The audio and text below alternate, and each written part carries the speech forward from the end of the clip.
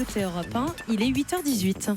L'interview politique d'Europe 1. Bonjour Jean-Pierre Elkabbach. Bonjour. Vous recevez Fabrice Leggeri, le président de Frontex, l'agence européenne de gestion des frontières. L'été des migrants en Méditerranée, une nouvelle Frontex vient de naître pour mieux contrôler les frontières extérieures de l'Europe.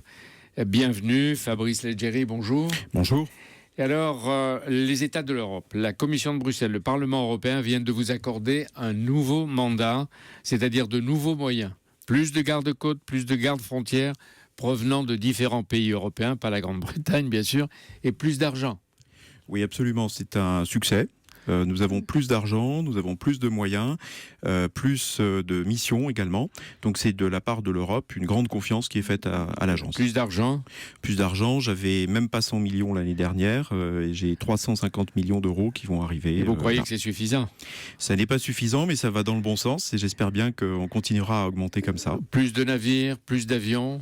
Plus de navires. Nous avons actuellement 18 navires en Grèce, 17 en Italie, là où nous avions, il y a encore un an, seulement 6 ou 7 qui étaient déployés à un moment donné. Donc qu'est-ce qu'ils font ? Alors, ils font de la surveillance des frontières pour détecter les migrants. Ils font du secours en mer parce que malheureusement, il y a souvent des naufragés. Et puis, à partir de ce moment-là, ils débarquent lorsque les migrants sont débarqués. On les auditionne, on fait un petit peu leur profil pour savoir qui ils sont. On recueille des données qui permettent de lutter contre les passants, les criminels, et puis nous pouvons renforcer aussi la sécurité. Et en cas d'urgence, qui déclenche le dispositif ? Alors en cas d'urgence, je pourrais à l'avenir, en tant que directeur exécutif de Frontex, déclencher des opérations. Alors depuis les attentats de Paris, de Bruxelles, Frontex renforce en effet sa mission, empêcher les terroristes d'entrer dans l'espace de Schengen ou en sortir pour rejoindre Daesh. Que représente le flux de migrants là en ce moment et pour les 6 premiers mois de l'année 2016 ? Alors pour les premiers 6 mois de 2016, il y a eu 360 000 entrées irrégulières au niveau de l'Union européenne.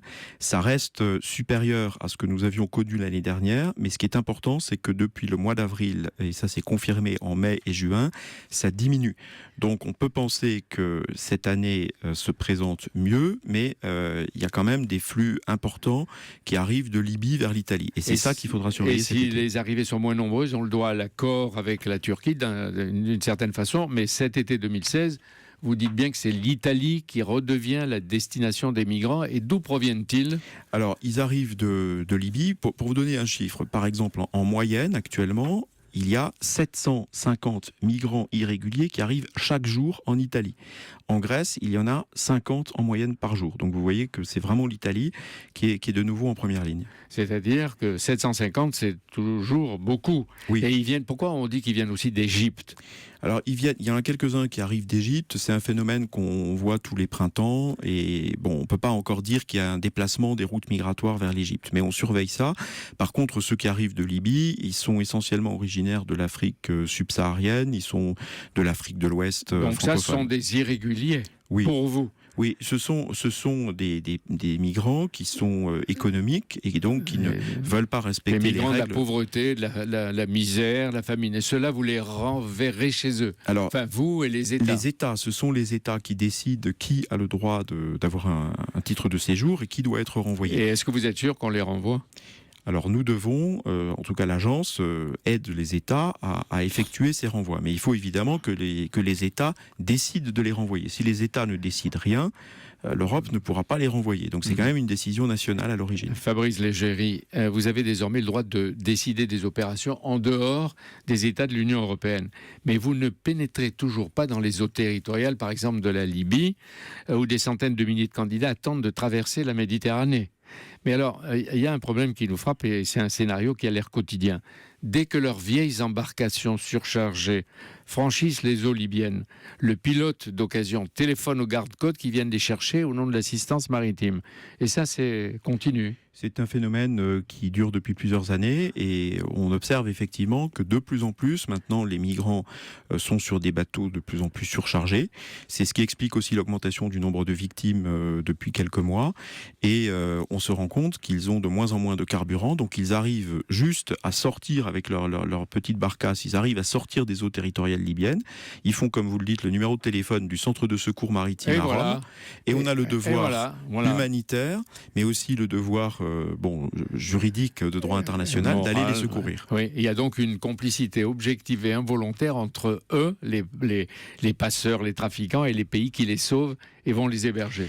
C'est quand même terrible parce que ça continue à les attirer. On doit toujours avoir le souci de ne pas laisser les gens se noyer, mais en même temps, on doit avoir le souci de ne pas alimenter le business des criminels. Et c'est un équilibre qui est toujours difficile à trouver. La France attire toujours aussi peu.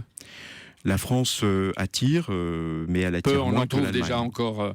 On en trouve à Calais. Il y a eu des manifestations hier, moins que l'Allemagne. Mais oui, on se souvient du geste de Mme Merkel qu'elle a depuis contraint ou revu.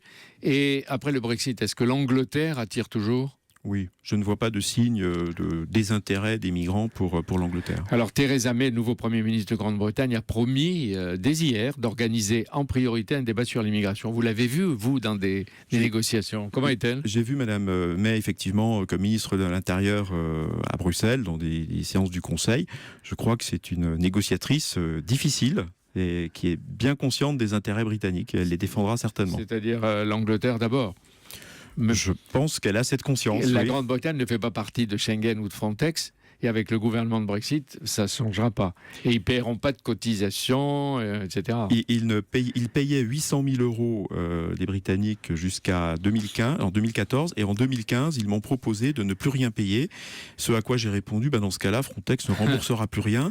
Et comme ça, on sera bons amis. Chacun paie ses dépenses. Votre mission, Fabrice Légéry, c'est aussi de lutter contre les crimes organisés, les trafics d'armes et d'humains, contre le terrorisme. Est-ce que cet été, vous excluez des actions violentes de Daesh conduites sur les plages et venant de la mer ? La vigilance aux frontières extérieures a été évidemment renforcée depuis les attentats de 2015 à Paris, et ça continue. Donc Frontex a formé des gardes-frontières pour détecter tout ce qui peut être des risques potentiellement terroristes, mais naturellement ce sont les services nationaux de renseignement qui ont en première main les analyses et les renseignements que nous pouvons ensuite utiliser aux frontières. Est-ce que vous dites qu'il faut renégocier Schengen ?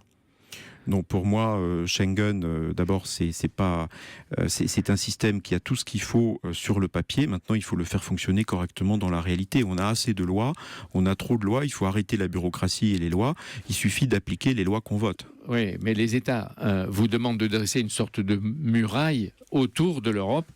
On peut franchir cette muraille encore, parce que vos filets ne sont pas impénétrables, mais pour pouvoir abattre les murs et les barbelés qui sont construits à l'intérieur. Alors, à l'intérieur de Schengen, je rappellerai la communication de la Commission, le programme pour la fin de l'année, c'est retour à Schengen. Donc l'objectif de Frontex, c'est de contribuer à ça, faire en sorte qu'à la frontière extérieure, tout autour de l'Union européenne et de l'espace Schengen, qu'on ait des contrôles efficaces, crédibles, à la fois contre l'immigration irrégulière, tout en étant respectueux du droit d'asile, mais aussi en traitant les menaces d'ordre criminel ou d'ordre terroriste. Il y a beaucoup d'enfants qui disparaissent et d'adolescents.